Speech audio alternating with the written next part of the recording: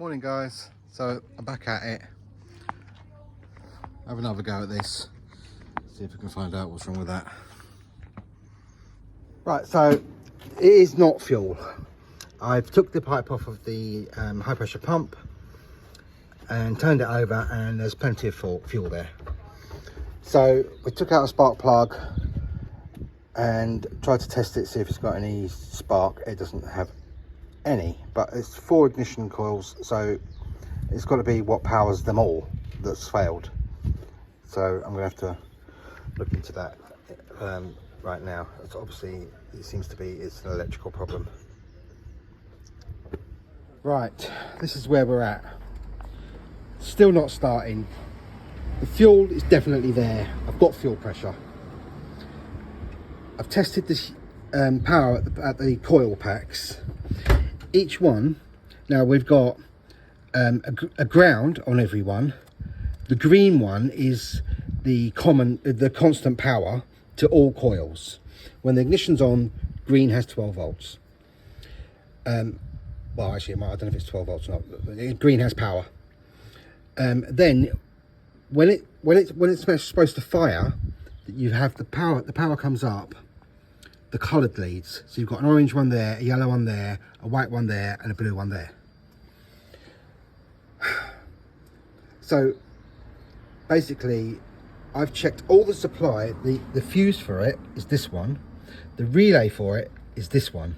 This relay is identical relay to the ones here and here, which are for the window wipers. So I've tried switching those around. And I believe that's working fine. I've got power here, that's all working. I've got power on the green here, that's all working.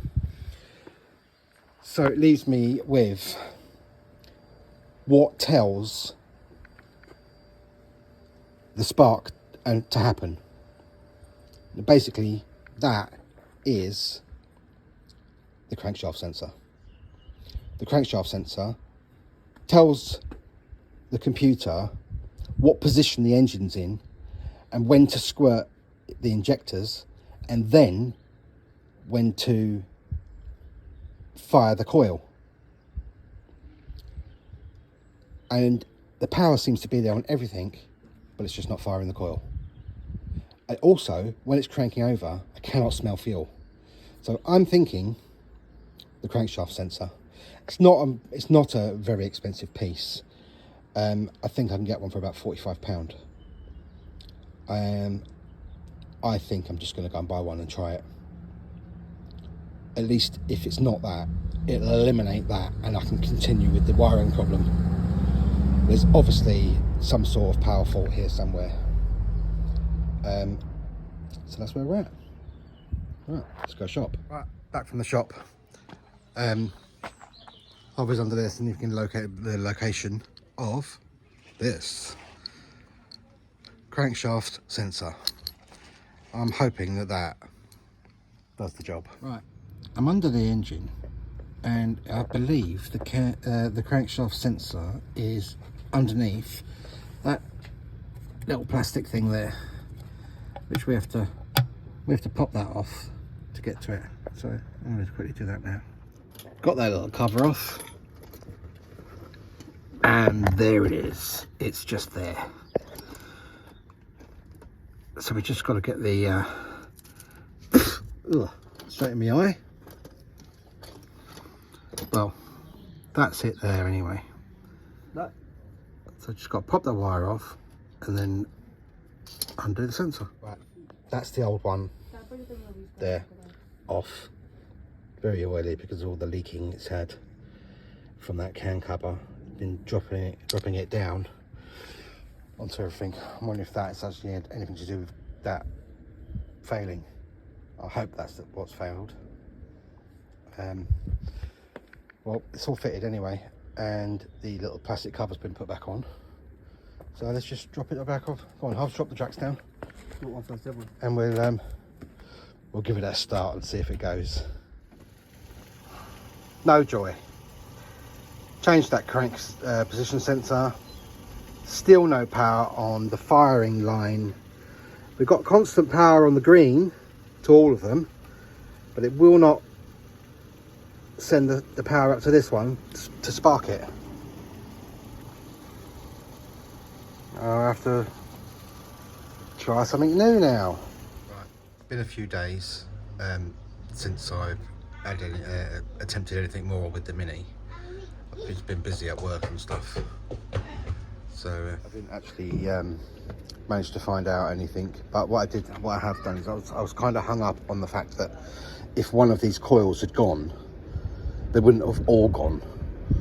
So I bit the bullet anyway, because I bought new coils.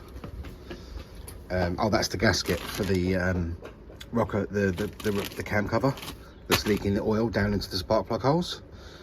And I've got a set of new coils, the socket pieces that fit the spark plugs, which I've already bought. So I'm going to fit the spark plugs, those coils, and hopefully that'll get the car started.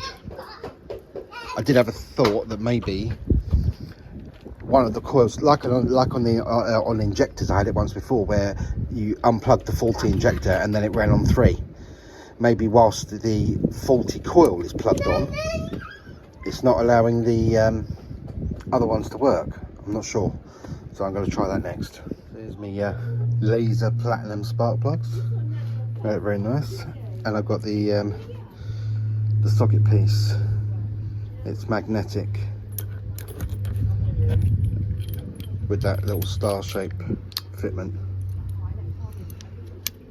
So let's go ahead and fit them. New plugs, new coils, still don't start. What the hell is this? Right, I've had a small sort of a breakthrough. I called my mate Ali, who's a mechanic, and told him what this Mini's been doing, and straight away he said to me, timing chain. So I don't know if it's stretched or something part of the guides have broken or something, but it's very possible. So what I thought I'd do was I would look it up, and when I searched for this engine, it came up with, oh, the one with all the, you know, the common timing chain problems. So that was another indication that it might be that. And then I'd done some more investigation about the timing chain being out and no spark, and basically what it says is that the crank position sensor and the cam sensors have to be perfectly in sync to send the signal to tell the ECU to send the spark. If they come out of sync,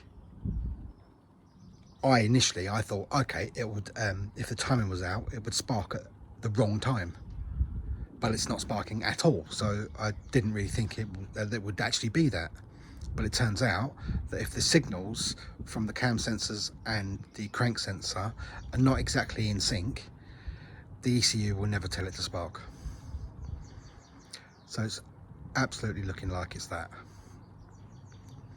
I also investigated a bit more about the cams, and the plastic guides break on them, and I have seen some other ones on there where the guides have broken or the chains are stretched, and they haven't caused any catastrophic damage, just not running. So I have decided that's the route I'm going to go down. So I've ordered all the stuff, and whilst I'm at it, I've ordered the bits to do the valve stem seals, because that could be, that's the first port of call for the smoking out of the exhaust. So it might well still be piston rings, but if I do the valve seals, they're the cheaper option, and whilst I'm doing the timing chain, it's a good idea to do them at the same time while it's all apart. So I'm going to give that a go, but I can't do it until the weekend.